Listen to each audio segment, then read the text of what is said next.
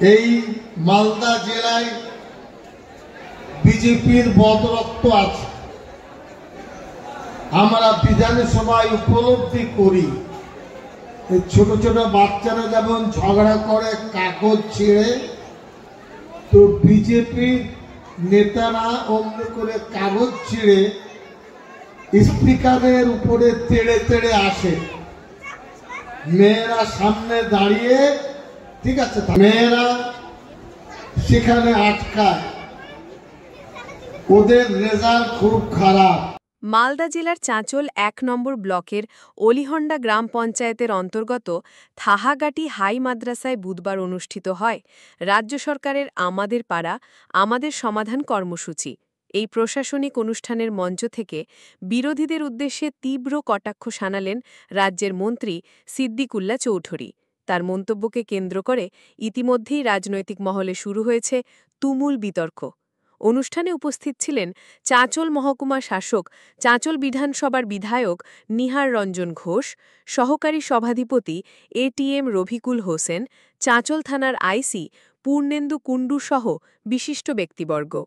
মঞ্চ থেকে নাম না করে বিরোধীদের উদ্দেশ্যে মন্ত্রী বলেন, মালদা জেলায় কিছু ছেলে মাথা গরম করছে, কিন্তু মনে রাখতে হবে কামারের কাছে ঠান্ডা লোহাও থাকে, সেই ঠান্ডা লোহা দিয়েই গরম লোহাকে টুকরো টুকরো করা হয়।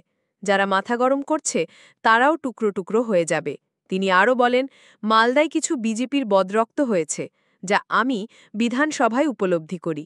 এছাড়াও এদিন সাংবাদিকের মুখোমুখি হয়ে তিনি বলেন, যারা মাথা গরম করবে তাদের উপর সাধারণ মানুষ যেখানে সেখানে কোপ মারবে। কিছু কিছু ছেলের মাথা গরম হয়ে যায় মালদায়, এও আমি জানি।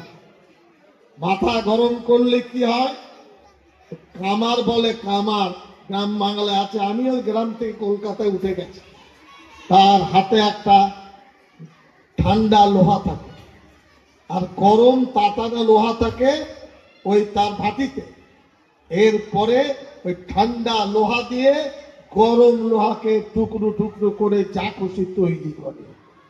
যারা গরম মাথায় চলে কোনো না কোনো জায়গায় আঘাত খেয়ে তার ভবিষ্যৎটা নষ্ট হবে। আর যারা ঠান্ডা মস্তিষ্ক নিয়ে চলে অনেক লম্বা রাস্তা তারা চলতে পারবে। তৃণমূলের বড় সংসার, যেদিকে তাকাবেন ঝান্ডা ধরলেই তৃণমূল, এটা হওয়া স্বাভাবিক। আমার সামনে যে টেবিল, 10টা বাটি আর 10টা থালা গ্লাস ভাতের বাসন রাখেন, তখন দেখবেন এইরকম দুটো কানায় কানায় কিছুক্ষণ শব্দ করবে, পরে সব ঠিক হয়ে। এটা তৃণমূলের নেতাদের আমি বলছি। দল থাকলে সবাই থাকবো, দল আছে বলে এত উপকার। আজকে এসডিও বিডিও কিভাবে গ্রামে গ্রামে ঘুরছেন, কেন? জেলা পরিষদ ঘুরছে, পঞ্চায়েত ঘুরছে, আমরা ঘুরছি যাতে মানুষের কোনো কষ্ট না হয়। এটাই হলো গভর্নমেন্টের লক্ষ্য। অভূতপূর্বশালা অসংখ্য অসংখ্য মানুষ আমাদের পাড়া আমাদের সমাধানে অংশ নিয়েছেন এবং জেলা পর্যায়ের প্রশাসনদের মাধ্যমে রিপোর্ট পাচ্ছি। আমাকে দায়িত্ব দেওয়ার পর আজকে আমি তৃতীয়বার আসলাম চাঁচল এবং ওইদিকে মালতীপুর। আগামী 6 তারিখ শামসি এবং আগামী 6 তারিখে চেষ্টা করবো ইনশাল্লাহ আবার সময়। বলছিলাম যে বললেন যে মালদাতে মাথা গরম হচ্ছে অনেক নেতা, হ্যাঁ কি বলবেন? আমি মাথায় নেতার কথা বলিনি, বলো না। মালদার ছেলেরা অল্পতে উত্তেজিত হয়ে যায়, এটাই পরিষ্কার বলছে। মুর্শিদাবাদে হয়, আমি বলবো ঠান্ডা মাথায় থাকলে মাথা ঠান্ডা থাকবে, গরম করলে কে কোথায় কোপ মেরে দেবে। এটা বিরোধী। মন্ত্রী সিদ্দিকুল্লার বক্তব্যের সমর্থনে মুখ খোলেন চাঁচল বিধানসভার বিধায়ক নিহার রঞ্জন ঘোষ। তিনি বলেন, মন্ত্রী মহাশয় যা বলেছেন তা একেবারেই যথাযথ। বিরোধীরা শুধুমাত্র উত্তেজনা ছড়াতেই রাজনীতি করছে। এই যে স্বপ্নের প্রকল্প, সেটা ভারতবর্ষে গর্ব করার মতন প্রকল্প, এই প্রকল্পগুলো বিভিন্ন বুথে বুথে এই প্রকল্পগুলো হচ্ছে। সেখানে যারা বিরোধী দল রয়েছে, যাতে এই প্রকল্পটা বাস্তবে রূপ না পায় তার জন্য তারা সেইখানে বিশৃঙ্খলা করছেন, মাথা গরম করে সিন্ডিকেট করার চেষ্টা করছেন। তাদেরকে উদ্দেশ্য করে আজকে আমাদের রাজ্যে মন্ত্রী সদ্য সিদ্দিকুল্লাহ চৌধুরী, তাদেরই উদ্দেশ্যে এই কথাটা তিনি বলেছেন।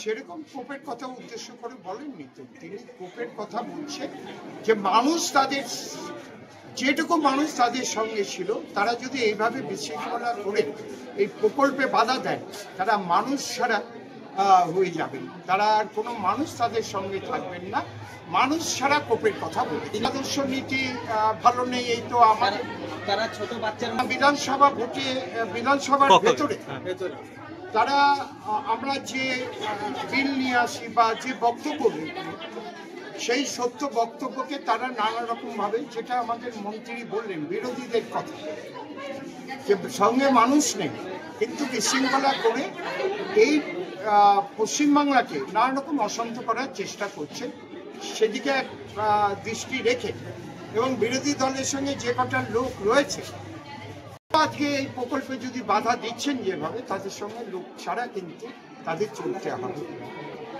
বিজেপির মালদা জেলা সম্পাদক অভিষেক সিংঘানিয়ার বক্তব্য, কাটমানি দুর্নীতির বিরুদ্ধে প্রতিবাদ করলেই আমাদের বদরক্ত বলা হচ্ছে। বাংলার মানুষ ঠিক করবে কার রক্ত পরিষ্কার আর কারটা নোংরা।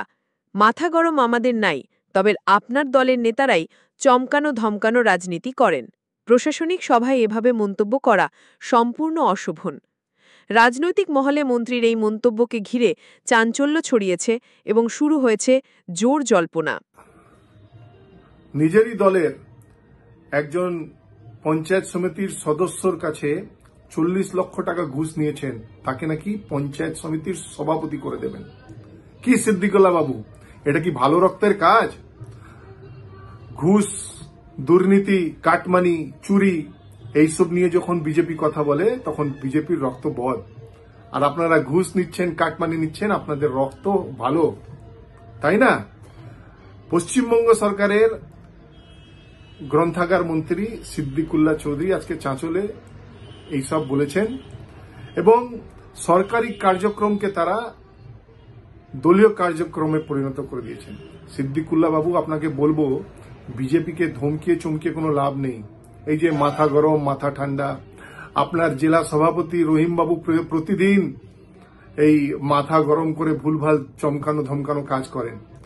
বিজেপিকে চমকানো সম্ভব নয়, পারলে রাজনৈতিকভাবে লড়াই করুন এবং এই যে বদ রক্ত ভালো রক্ত এইসব বলতে যায় না। মানুষ কিন্তু ঠিক বুঝে কোনটা ভালো রক্ত কোনটা বদ রক্ত।